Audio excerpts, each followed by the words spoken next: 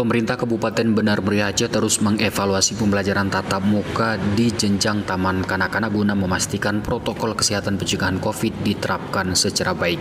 Informasi ini disampaikan Kadis Pendidikan Benar Meriah Syukur kepada RRI Senin kemarin. Ia mengapresiasi jajaran di bawahnya atas kepatuhan menerapkan protokol kesehatan seperti menggunakan masker bagi tenaga pendidik dan warga sekolah. Pada sejumlah titik kata Syukur juga terpantau sudah tersedia tempat cuci tangan.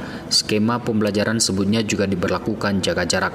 Sesuai ketentuan kata Syukur, jumlah murid maksimal satu rombongan belajar untuk jenjang TK 15 orang. Karenanya sebagian TK diberlakukan pembelajaran tatap muka dengan skema shift lantaran jumlah murid melebihi dari 15 orang. Sementara untuk jenjang SD, SMP, dan SMA sederajat kata Syukur, rombongan belajar dibatasi 20 orang. Sekolah dengan jumlah siswa melebihi dari 20 orang juga diberlakukan shift. Skema lain yang ditetapkan untuk jenjang ini katanya satuan sekolah masih dilarang untuk membuka pelajaran luar ruangan. Kantin sekolah juga diminta tutup sementara waktu. Siswa diminta membawa bekal dari rumah.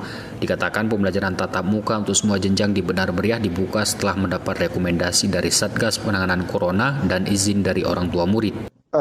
Untuk sementara ini berlanjut terus untuk TK kita karena memang standar tatap mukanya itu menurut pantauan di lapangan ini sesuai dengan apa yang kita harapkan. Jadi masih tetap berlanjut. Hampir seluruh TK di Kabupaten Benar Meriah. Tetapi ada beberapa TK yang memang melaksanakan sistem shift karena jumlah siswanya terlampau banyak. Kepala Dinas Pendidikan Benar Meriah Syukur terus menghimbau agar satuan pendidikan yang ada di Benar Meriah untuk tetap patuh pada protokol kesehatan pencegahan COVID agar sekolah tatap muka tetap berjalan. Ia juga meminta agar orang tua murid untuk turut serta mengawasi anak saat berada di rumah guna mempercepat memutus penyebaran corona di Benar Meriah. Muhammad Sanusi, RRI Takingon melaporkan.